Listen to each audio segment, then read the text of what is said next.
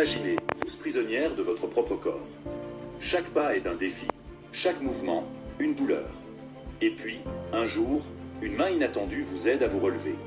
Pas celle d'un médecin, pas celle d'un thérapeute, mais celle de votre voisin. C'est l'histoire d'Emma. Après un accident, les médecins avaient été clairs. Ses chances de remarcher normalement étaient minces, très minces. Les jours se sont transformés en semaines, les semaines en mois.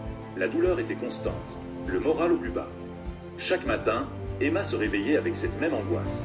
Comment allait-elle affronter une autre journée sans pouvoir se déplacer librement?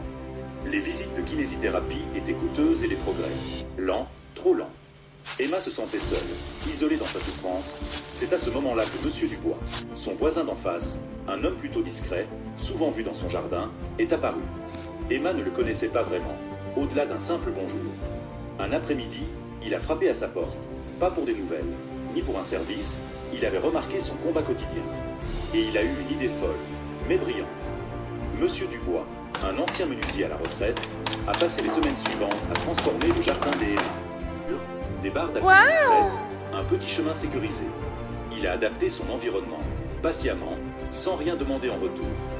Chaque jour, il venait l'aider à faire quelques pas dans ce nouveau parcours, sous le regard bienveillant du voisin, et grâce à ces adaptations, Emma a retrouvé petit à petit sa force, sa confiance. Grâce à une idée de génie de son voisin, Emma est sortie d'une situation de handicap. Elle pensait ne plus jamais marcher sans aide, et aujourd'hui elle se déplace seule, avec une dignité retrouvée. Le jardin, autrefois un simple transport, est devenu son chemin de la victoire. Cette histoire nous rappelle une chose essentielle. La gentillesse peut prendre mille formes. EELE n'a pas besoin de grands discours. Un geste simple, une main tendue, peut changer une vie. N'oublions jamais la puissance de l'empathie. Si cette histoire vous a inspiré, partagez-la et faites des likes.